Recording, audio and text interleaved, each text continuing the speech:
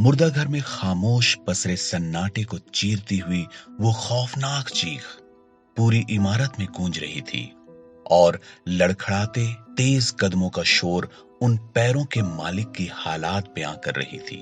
विक्रम का चेहरा डर से पीला हो चुका था और उसकी आंखें भयावह ढंग से सुर्ख लाल थीं, जैसे ही उन आंखों ने कोई खौफनाक मंजर देखा हो। बाहर जाने का दरवाजा सामने नजर आ रहा था। विक्रम ने अपनी दम तोड़ती सांसों को संभाला और दरवाजे की ओर भागना शुरू कर दिया।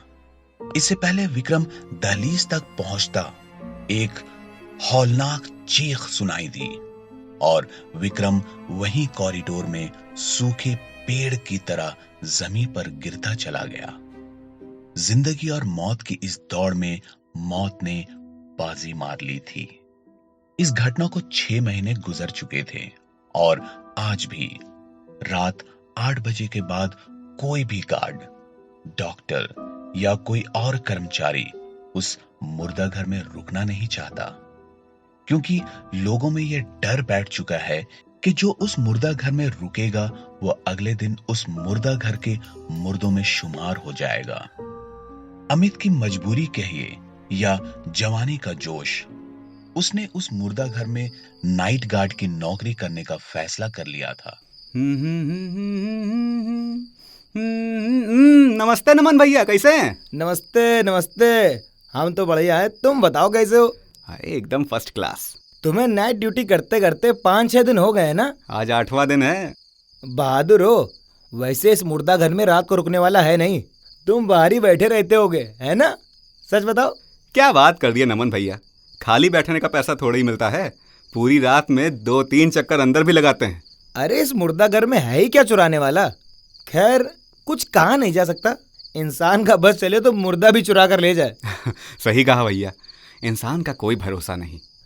एक सलाह देते हैं, यहाँ कोई चेक करने आता तो है नहीं कि तुम क्या कर रहे हो क्या नहीं, इसलिए बाहरी कुर्सी डाल के बैठे रहा करो, अंदर मत जाया करो। काहे से ना ज्यादा ईमानदार होके काम करने की जरूरत है नहीं, वरना कोई दिन मुर्दों के साथ पड़े मिलोगे। बहुत डरते हैं भैया आप। हम पहले दिन आए थे तो हमको भी बहुत लोगों ने कहा था मत जाओ, भूतहा जगह है। 2 गार्ड मर चुके हैं, किसी श्रापित आत्मा का साया है, शैतान है, पता नहीं क्या क्या। हमको तो यहाँ ऐसा कुछ भी नहीं लगा। हम तो मस्त पूरे मुर्दा घर में घूमते हैं। होशियार रहना भैया, लोग जो कहते हैं तो ऐसे ही नहीं कहते हैं। 1-2 नहीं, बहुत हादसे हुए हैं इस मुर्दा घर में।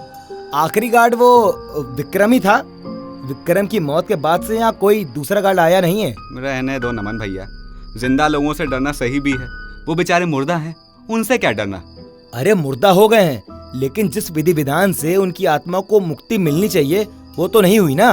वो आत्माएं यही नहीं मुर्दा शरीरों पे मंडरा रही हैं। ये बात है तो ये बताओ भैया, दिन में क्यों कुछ नहीं होता? दिन में भी तो आत्माएं मंडराती होंगी ना, या कहीं घूमने चली जाती हैं। ये सब भूत प्रेत आत्मा वात्मा कुछ नहीं होते, सब वहम है। हमारा काम था समझाना, बाकी तो तुम समझदार हो ही। चलते हैं। नमस्ते। नमस्ते भैया। सब वहम ही है। आजकल के जमाने में भी भूत प्रेत पर विश्वास करते हैं। हम तो चाहते हैं कि हमको भी एक बार भूत दिखे, ऐसा मजा चखाएंगे, नानी याद आ जाएगी। अमित ने कभी भूत नहीं देखे थे, तो जाहिर सी बात है कि उसे भूत प्रेत इन सब पर विश्वास नहीं था। लेकिन ऐसा जरूरी तो नहीं कि जो दिखाई ना दे वो होता ही नहीं। रात का 9 बज चुका था। अंधेरा गहराता जा रहा था और उस मुर्दा घर के रास्ते पर सन्नाटा पसरता जा रहा था। खाना खाकर अमित कुर्सी पर बैठा अपने मोबाइल पर इधर उधर की वीडियो देख रहा था कि तभी किसी ने उसके कंधे पर हाथ रखा और वो हड़बड़ाकर पीछे मुड़ता हुआ उठ गया। उफ, डरा दिए भैया। कौन हो? यहाँ क्या कर रहे हो? हम यहाँ के नाइट गार्ड हैं। ये क्या बकवास कर रहा है? यहाँ का नाइट गार्ड मैं हूँ। तुम शायद गलत एड्रेस पे आ गए हो। नहीं, एड्रेस सही है। तुम शायद नए आए हो, इसलिए मुझे नहीं जानते। हाँ, मुझे भी 7-8 दिन ही हुए हैं। तभी मैं भी यहाँ का गार्ड हूँ। लेकिन मैंने तुमको देखा नहीं भैया। मैं ज़्यादातर दूसरे माले पर ही रहता हूँ। तुम अगर ऊपर आए भी होगे तो मैं कहीं इधर उधर रहा होऊंगा। हाँ, ऊपर हम एक ही बार जाते हैं, बाकी टाइम सब नीचे ही बैठे रहते हैं। चलो भैया, अब रात आराम से गप्पे मारते हुए बीतेगी।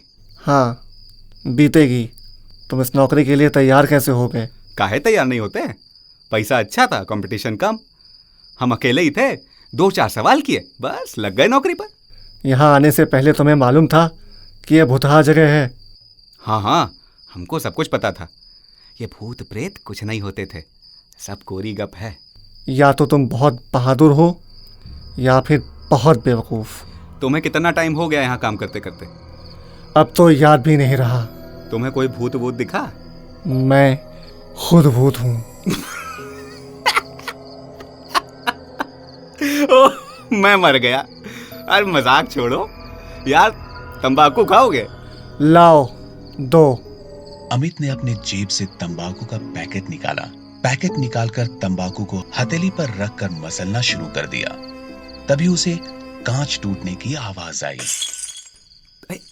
तुमने कुछ टूटने की आवाज सुनी? हाँ, दूसरे माले से आई है। तुम्हारा टॉर्च कहाँ है?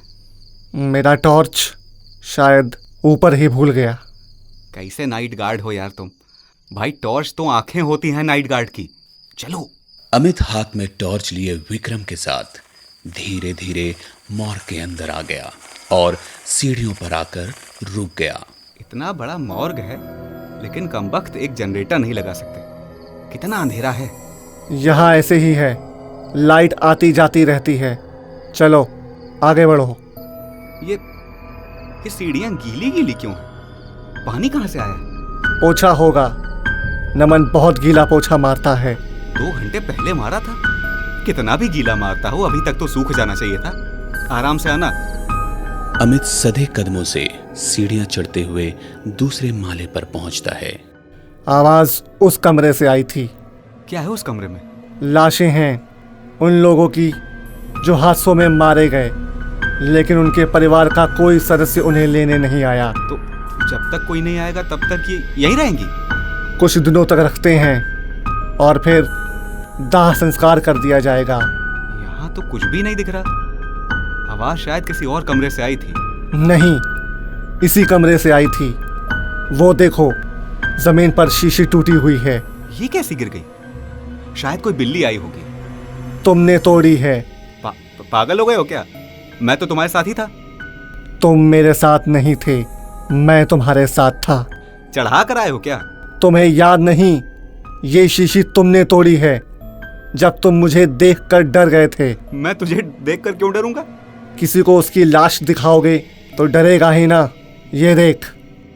विक्रम ने उस कमरे पर रखी डेड बॉडीज में किसी एक डेड बॉडी के ऊपर से कपड़ा हटाता है, जिसकी शक्ल देखते ही अमित की आंखें फटी की फटी रह गई, क्योंकि वो लाश अमित की ही थी। अमित तुरंत पलटता है और विक्रम को देखते ही अमित डर से लड़खड़ा के जमीन पर गिर पड़ा। मंजर ही ऐसा खौफनाक था।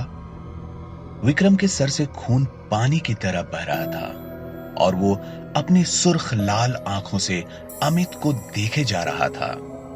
अमित का पूरा जिस्म पसीने से नहा चुका था। किसी तरह उसने खुद को संभाला। तुम्हारा नाम क्या है? जवाब में विक्रम कुछ नहीं बोला और बस एक तक अमित को देखता ही रहा। अमित ने डर से कांपते हुए विक्रम की यूनिफॉर्म पर लगी नेम प्लेट पर लिखा नाम पढ़ा। विक्रम। नाम पढ़ते ही अमित के दिमाग नमन की कही बातें घूम गई। आखिरी गार्ड वो विक्रम ही था। विक्रम की मौत के बाद से यहाँ कोई दूसरा गार्ड आया नहीं है। तुम विक्रम हो, लेकिन तुम तो मर चुके थे। ये नहीं हो सकता। ये सपना है। ये हकीकत है। विक्रम ने अमित की ओर एक कदम बढ़ाया और अमित हड़बड़ाकर वहां से भागा। जैसे ही अमित उस कमरे से बाहर निकला, पूरी इमारत में रूह कांपने वाली रोती बिलखती चीखें गूंजने लगी।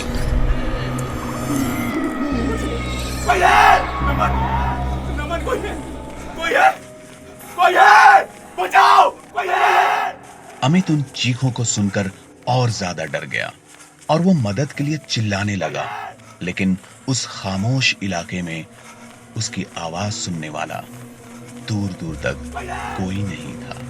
दहशत से अमित का पूरा शरीर कांपने लगा और उसके कदम लड़खड़ाने लगे। भागते हुए अमित ने एक झलक पीछे मुड़कर देखा और उसका शरीर जैसे जड़ हो गया। पूरे कॉरिडोर का फर्श खून से सना था और हर कोना चीखों से गूंज रहा था। अमित जैसे ही गहरी बेहोशी से जागा और धड़ाधड़ सीढ़ियां उतरता चला गया, तभी पीछे से विक्रम की खौफनाक सर्द आवाज आई, संभाल कर, वहां खून गिरा हुआ है। अमित बदहवासी में सीढ़ियां उतरता चला जा रहा था, तभी उसका पांव लड़खड़ाया और गिरते हुए अमित का सर सीढ़ी के कोने से टकराया और पूरी सीढ़ियां उसके खून से लाल होती चली गई। कहा था खून गिरा हुआ है तुम्हारा। पूरी इमारत चीखों के शोर से गूंजती चली गई। अमित वो आखिरी गार्ड था जिसने उस मुर्दा घर में नाइट शिफ्ट करी थी। उसके बाद से वो मॉर्ग हमेशा के लिए बंद हो गया, लेकिन आज भी रात 8 बजे के बाद कोई उस मॉर्ज के रास्ते से नहीं गुजरता है। ये थी हमारी आज की कहानी, जिसका नाम था मॉर्ग, जिसे आप सुन रहे थे डरना संभाल के में। अगली बार फिर आऊंगा दहशत की ऐसी ही एक और दास्तां के साथ। इमली, खट्टी मीठी बातें।